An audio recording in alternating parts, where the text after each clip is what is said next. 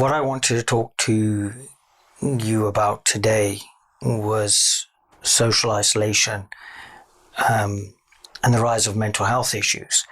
The reasoning behind the video was I was speaking to an ambulance driver a couple of weeks ago, and we got into a conversation, and I asked him, what he was predominantly being called out for. His answer surprised me when he told me that predominantly they were being called out for people suffering from panic attacks and from anxiety. He told me the story of this young lady he'd gone to see who literally curled up into a ball, like her body spasmed and she went into almost a fetal position, and it was induced by sheer panic. This person had no history of any mental health issues.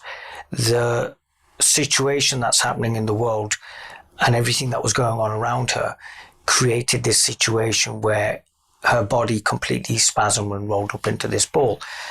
And it got me thinking, because I remember reading about this loneliness epidemic that we're going through. And what's surprising, it's not just amongst the elderly, it's amongst the young as well. And I'd seen firsthand evidence of that at a talk that I did, when a young lady who walked into a talk literally fell apart after talking to me within about 2-3 minutes, and told me about the kind of pressures that younger people were under, from the perfect Instagram selfie to keeping up with the Joneses and what have you. And yes, we have always had these issues, I suppose, in some way, shape or form. Add then to the mix this pandemic, and what we find is that more and more people are starting to now question their existence. I was talking to an ex-major from the Pakistani army, about a week ago, and what he said to me was a bit shocking. He'd excelled in everything he'd ever done, gone to the military, became a major, and then talked to me about how the pandemic and the lockdown had completely changed him, in that it made him start questioning what was so good about his life, what had he actually done.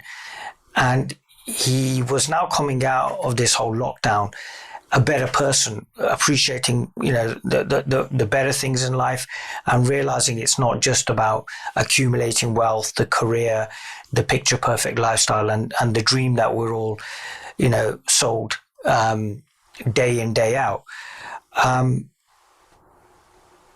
It also made me kind of realize that although a lot of people are using this time to authentically meet their emotions and to actually meet themselves and realize who they truly are, as I've never been busier as I have been, I have been over the last couple of months. And although I'm grateful for that, do we really need a pandemic to make us question what's good and what's true in our lives? Although that is happening, there's that one side where, yes, people are using this opportunity to inquire into the nature of their existence and to really look at who they really are, and using the time to physically transform themselves mentally and spiritually. What I'm finding is the overwhelming majority of people are caught up in this loop of fear and panic, anxiety, as the narrative that's constantly being spewed out by mass media is reinforcing this whole idea that everything's going to hell in a bucket. The economy is trashed.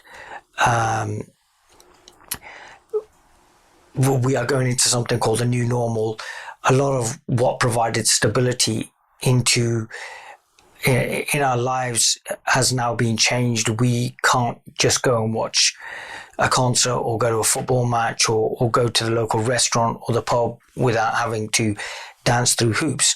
And it's one huge psychological trauma for the subconscious mind to take. I remember once saying in a previous video that the subconscious mind's role here is just to keep you safe, to make sure one day is very similar to the next. And what we're finding is our worldviews are being completely traumatized and completely, the buttons are being pressed, and people aren't really sure which way to react. And the reaction based on our conditioning and this short-term narrative is that people have started to suffer from anxiety and from panic, and depression is kicking in, and we're looking at a rise in divorces and breakups of relationships. And we've realized that the short-term fixes that we were given initially, the watch all the box sets from Netflix, whoever wanted to, get up and do PE with Joe on YouTube, sing along to all these Zoom parties, aren't really enough, because our true nature is happiness. Our true nature is this oneness. And when we try to split this oneness and to reinforce the idea of separation, there is always an agitation, and there is always in a sense, a longing to go back to that wholeness, a longing to be in the company of others, to recognize that the other is also you. When you reinforce that separation, and it's done in such a jarring way, it just leads to a rise of mental health issues, which, looking at it from the perspective of spirituality, offers us such an opportunity to know ourselves. So in that sense, it's a positive. If it's then seen from the other side, we are just traumatizing society constantly in order for the narrative of maybe a few powerful people to be pushed through. As I said, I don't want to get conspiratorial. I'm not in possession of the full facts here. I'm just offering an opinion. That what's happening at the moment with this social isolation, and with generally people feeling lonely in an increasingly disconnected world, is there's a rise in mental health issues. And how can that be resolved, or how can that be eased in some way? How can we, in a sense, go back to that sense of connectedness? I remember recently doing a talk and talking about, nuclear families and extended families. And my parents originally come from the Indian subcontinent. And years ago, I had the opportunity to go back home to the family village. And what I noticed was there was a real sense of community, a real sense of people coming together. And I was at my uncle's house, who was quite elderly, and he didn't have children. But what I noticed was that every morning, the youngsters, the elders, everybody came around for a cup of tea and a conversation. And the day passed like that. We seem to have gone the other way with our elderly, shutting them away in care homes in the West, reinforcing this whole idea of me and our possessions and what have you. And I feel this pandemic is teaching us something, that as we start coming out, maybe it is about looking at the relationships again. Maybe it is about reconnecting with people. And in that conversation and in that storytelling and in that joy, we may find that we realize that our differences are really cosmetic, and underneath this idea, this story, is this one reality, and we are different aspects and different manifestations of this one reality. And the beautiful thing then is, when we can rest as we actually are, we can live in a much more open and expansive way, and be able to see what is really truly happening in the world. The last couple of months for me have been characterized by me writing more and more articles about, being normal and going back into normality. And what I found is the group around me is resonating with that message, with that reminder, and saying, yes, it's really about going back and living perfectly ordinary lives, and yet seeing the miracle in our ordinary existence. And I feel this is where the spiritual community has such a part to play in what is happening. By going out into our neighborhoods, by going out into our communities, just like the Sufis of old, the yogis of old did, and engaging with members of our community. Sometimes there is this whole arrogance that exists in this community, because we have a certain way of talking, we have a certain way of being, and sometimes we can look at those who don't live like us and somehow judge them. And one of the things I've been saying constantly at my talks is that sometimes the wisdom of these people that we are looking down on is infinitely greater than ours.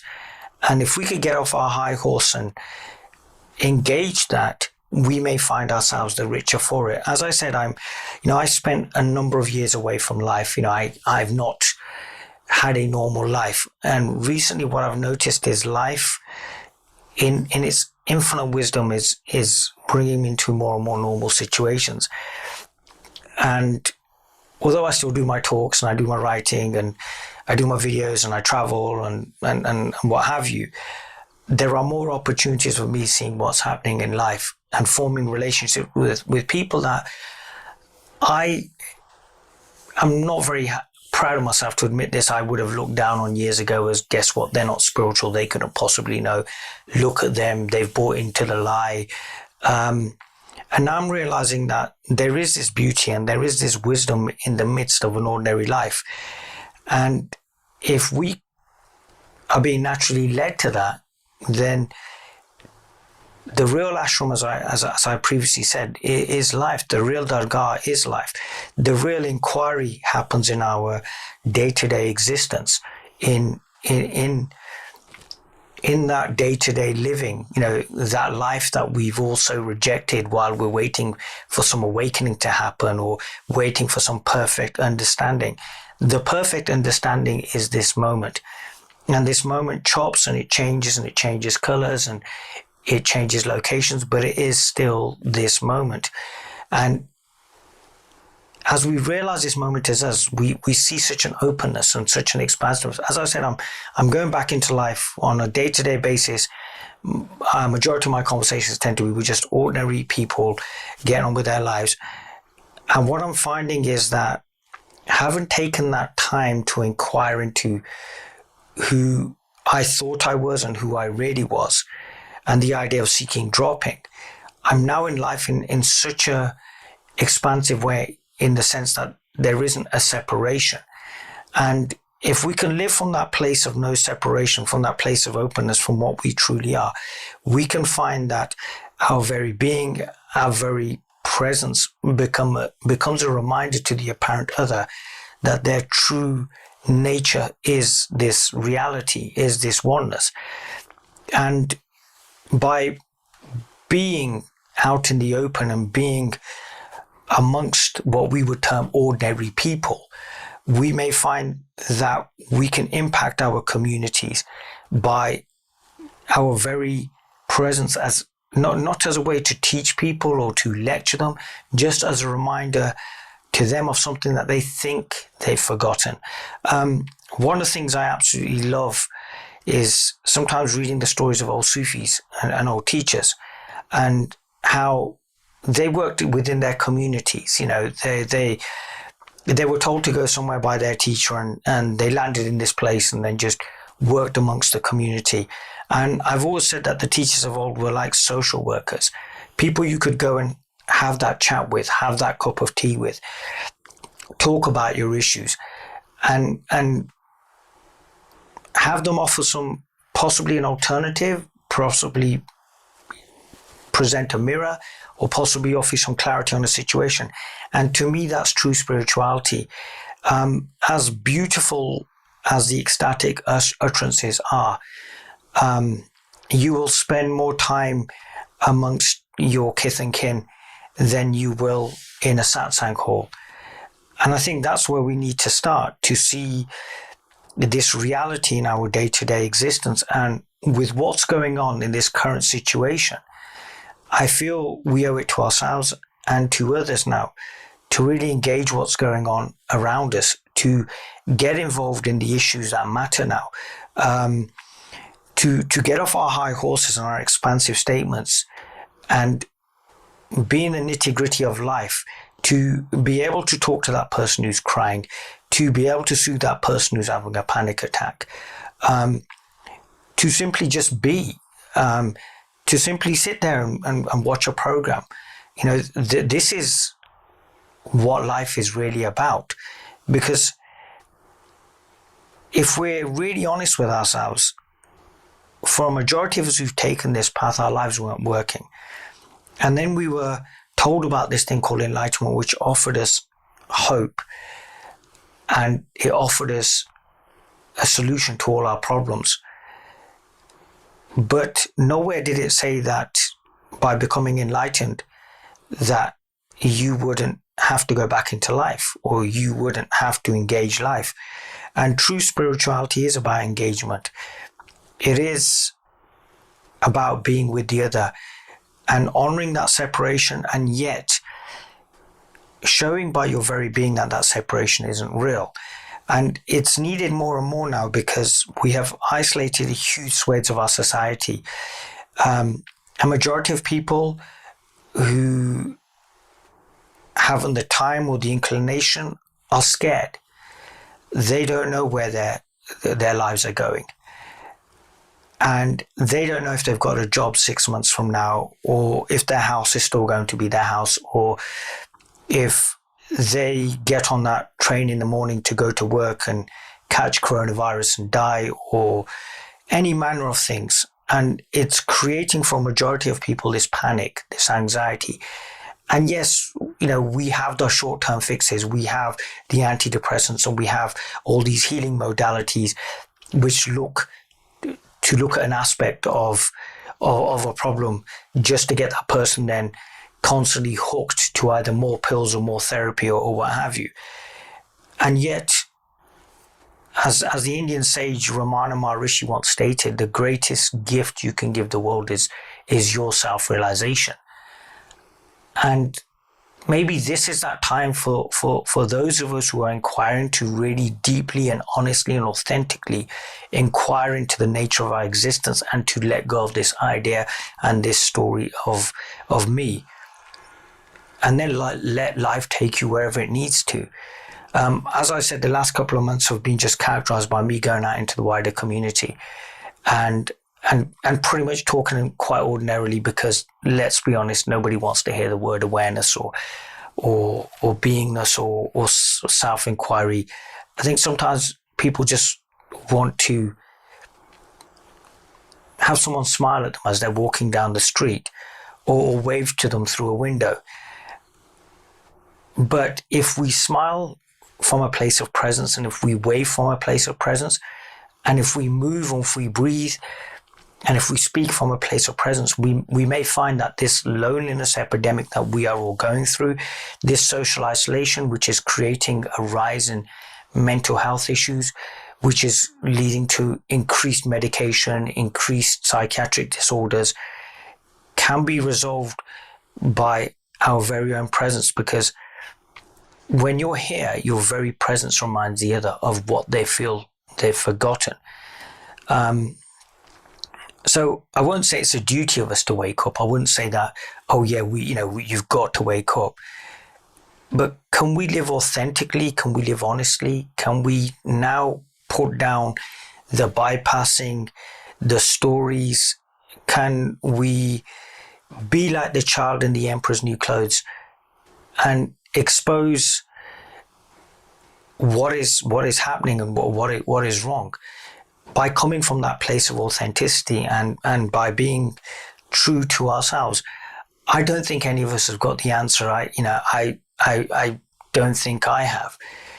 But I think by being honest with ourselves and by being authentic and just being here, we can change things. And rather than going to the foothills of the Himalayas or taking the spiritual pilgrimages, why don't we take the pilgrimage inwards?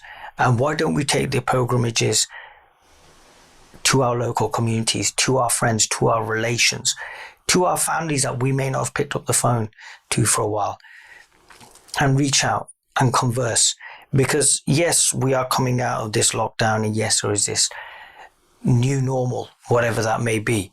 But I don't think it necessarily has to be that, because the greatest gift to again quote Ramana Maharishi, that we can at this moment in time give to the world is our own realization.